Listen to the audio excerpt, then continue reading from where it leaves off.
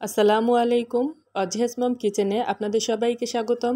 আরও একটি মুখরোচক ভর্তার রেসিপি নিয়ে আপনাদের কাছে চলে আসলাম। আমার আজকের রেসিপি ভিটামিন সি সমৃদ্ধ কাঁচামরিচের ঝাল ঝাল ভর্তা। এই ভর্তাটি তৈরির জন্য আমি নিয়েছি একটি রসুন কুচি, কিছু কাঁচামরিচ, পেঁয়াজ কুচি আর লেবু। এখন আর কথা না বাড়িয়ে চলুন মূল রেসিপিতে চলে যাই। প্রথমে কাঁচামরিচগুলো ভালো করে ধুয়ে নিয়েছি। এবার আমি যেটা করব, ছুরি দিয়ে কাঁচামরিচের উপরের দিকে একটুখানি কেটে দিব, কারণ আমি যখন কাঁচামরিচগুলো ভেজে নিব তখন এগুলো ফুটে চোখে মুখে আসতে পারে। এভাবে কেটে নিলে সেই ভয়টা আর থাকবে না। এভাবে সবগুলো কাঁচামরিচ আমি কেটে নিলাম। এবার চুলে একটি প্যান বসিয়ে খুবই সামান্য পরিমাণে সরিষার তেল দিয়ে দিলাম।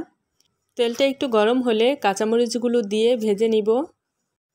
তেলটা গরম হওয়ার পর কাঁচামরিচগুলো দিয়ে একটু নেড়ে চেড়ে নিচ্ছি। এরপর একটি ঢাকনা দিয়ে ঢেকে দিচ্ছি 3-4 মিনিটের জন্যে। 3 মিনিট পর ঢাকনা তুলে মরিচগুলো নেড়ে চেড়ে নিব। এ পর্যায়ে মরিচটা কিন্তু অনেকটাই নরম হয়ে গেছে। আবারও 2 মিনিটের জন্য ঢেকে দিব।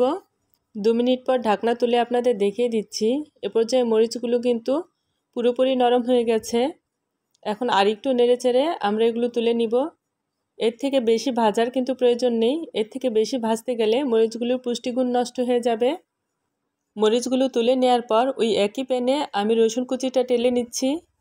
রসুনটা টেলে নেওয়ার সময় এখানে আমি আর কোনো তেল দিব না। চুলার আঁচটা কমিয়ে রসুন কুচিগুলো লাল লাল করে ভেজে নিব। এ পর্যায়ে রসুনগুলো সিদ্ধ হয়েছে, আবার ভাজাও হয়ে গেছে, আর রসুনের সুন্দর একটা গ্রানও বের হয়েছে। যে কোনো ভর্তায় রসুন ব্যবহার করলে ভর্তা থেকে খুব সুন্দর একটা রসুনের গ্রান পাওয়া যায়। রসুনের কিন্তু আলাদাই একটা অ্যারোমা আছে, আর এই রসুনটা যে কোনো ভর্তার স্বাদকেই কিন্তু আরও বাড়িয়ে দেয়। এবার রসুনগুলো মরিচের সাথে নিয়ে নিচ্ছি। এবার পরিমাণ মতো লবণ দিয়ে রসুন আর মরিচগুলো হাত দিয়ে ভালো করে মিশিয়ে নিচ্ছি। যারা নতুন রাঁধুনি তারা কিন্তু মরিচটা এভাবে ডলার সময় একটু সাবধানে ডলবেন, কারণ মরিচটা এভাবে ডলতে গেলে কিন্তু হাত জ্বলতে পারে। আপনারা চাইলে এই কাজটা কিন্তু চামচ দিয়েও করতে পারেন। আমি এখানে কাঁচামরিচগুলো সরিষার তেল দিয়ে টেলে নিয়েছি। আপনারা চাইলে কিন্তু তেল ছাড়াও এই কাঁচামরিচগুলো টেলে নিতে পারেন। রসুন মরিচ ভালো করে মিশিয়ে নেওয়ার পর পেঁয়াজ কুচি আর সরিষার তেল দিয়ে আবারও রসুন মরিচের সাথে ভালো করে মিশিয়ে নিব। আমি এখানে কাঁচা পেঁয়াজ ব্যবহার করেছি। আপনারা চাইলে পেঁয়াজটা একটু টেলেও নিতে পারেন। তো এই ধরনের ভর্তায় কাঁচা পেঁয়াজ দিলেই খেতে বেশি ভালো লাগে। আর পেঁয়াজের পরিমাণটা একটু বেশি দিবেন, তাহলে মরিচের ঝাঁজটা একটু কমে আসবে। আর কাঁচা পেঁয়াজ দিয়ে এই ভর্তাটা করলে ভাত দিয়ে খেতে বেশি ভালো লাগে। এবার ধনিয়া পাতা কুচি আর 1 ফালি লেবুর রস দিয়ে ভর্তাটার সাথে ভালো করে মিশিয়ে নিব। এই ভর্তায় অবশ্যই লেবুর রসটা দেওয়ার চেষ্টা করবেন। লেবুর রস দেওয়ার কারণে এই ভর্তাটার স্বাদ কিন্তু অনেক গুণ বেড়ে যায়।